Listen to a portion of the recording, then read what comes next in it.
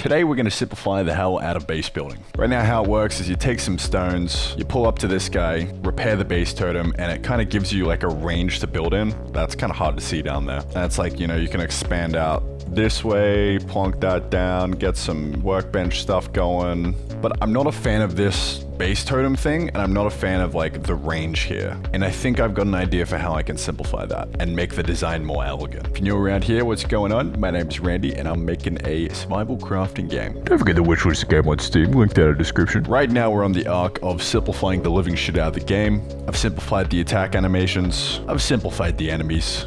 And today we're gonna simplify the base building. Coffee's at the ready. So the first thing I wanna do is open up the world. So I'll beef up the world radius to 4,000. We're actually gonna completely yeet this base totem, and we're gonna smack the player right in the center of the world.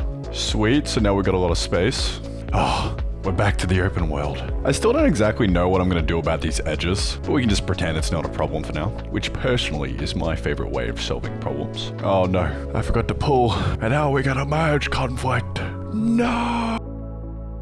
So now that we got no starting point really, the player has to specify the start of their base, which giving agency like that feels a whole lot better than saying like, hey, here's your base, build. Like the first thing you do when you boot up a survival craft game is go find a nice spot to plonk down. It's half the fun. I'll spend hours just traveling around in Minecraft until I find the perfect spot to build my base. Now granted, there's not a lot to see in this world yet, but baby steps. So the first action I want the player to take is to place down this core of their base. And then, you know, they'll prop up walls and just start building out from there. So I'll export that. Oh man, the coffee's kicking in. And plonk it down like that. Alright, so I've got an idea for how this is gonna work. The first step of the plan is to get some grass in. Now, I drew this sprite a while back. Let's just try to practice drawing ground. But that's not the important part. The important part are these little grass blades. So I'm gonna try and get them in the game. Also, what I'm doing right now is, this can 100% be automated as well. It's just, I'm too far gone at this point. I'll try my best to get it right in the next game. There's so many examples of things like that throughout the code base where, you know, I could go in and I could rework them and make them better. But at the end of the day, a game just needs to be shipped, man. So I'm just gonna keep cavemaning the shit out of it till we've got a Steam game up on the shelves. So I'm gonna go ahead and generate those in the world real quick. And there we go, we've got a bunch of scuffed grass. I probably shouldn't make these entities. Now that I think about it, I should just render them immediate mode every single frame. So I'll just move that over to here real quick. Now they're just phasing in and out of existence because we're grabbing them randomly every single frame. To get around that, every single time we come into here, we're just gonna push the world seed. So that way it gives the same pattern every single time. And now we've got constant grass rendered every frame, immediate style, baby. Now bear with me for a sec. The reason why I'm doing this will become apparent in about 30 seconds. Next, I'm going to take the base range, which I'm going to have to write a new algorithm for since we've changed a lot when it comes to the base building. And then we just basically if that off if we're in the base range. And now, look at that.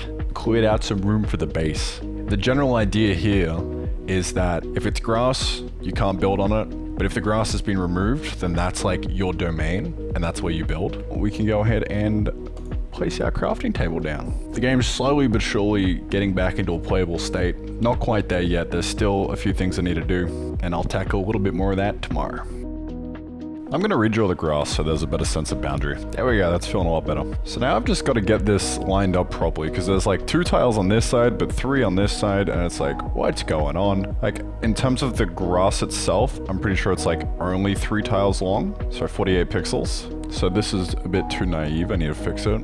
Alright, so I managed to get the tiles behaving nicely. So now when we place a stone down, there'll be 3 to each side, no matter what. My solution was just to reduce the complexity and actually just make each of these grass tiles just like literally 1 tile. Makes things so much easier. Because earlier we had this acting as like a 3 tile wide thing, which is a bit of a no-no because it's like, what happens if I place the rock here?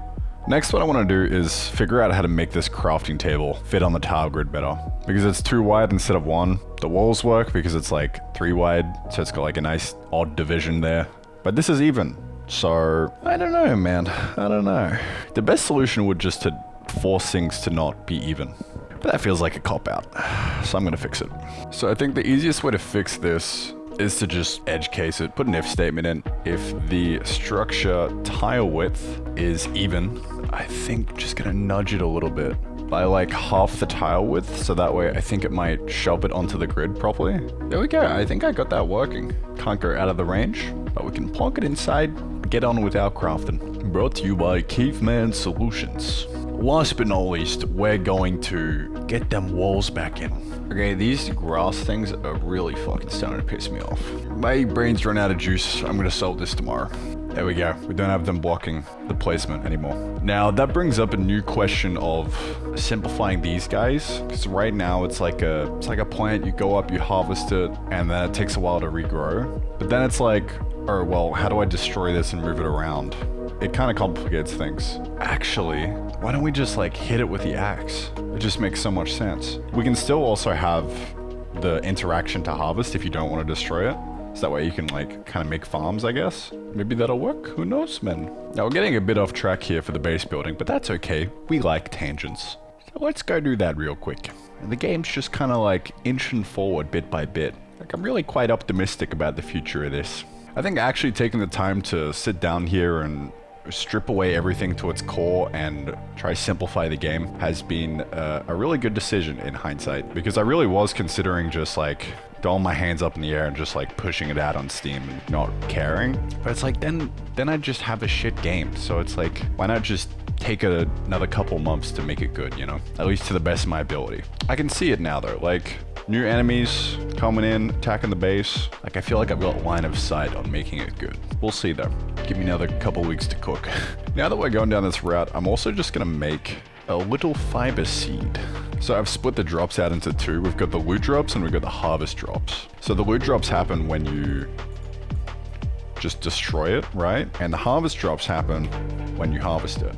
But if you destroy it, you'll destroy the whole thing and actually get the seed, which you can replant. So that's pretty cool. And when you're destroying it, it actually has a chance to duplicate the seed. So now you got a little bit more.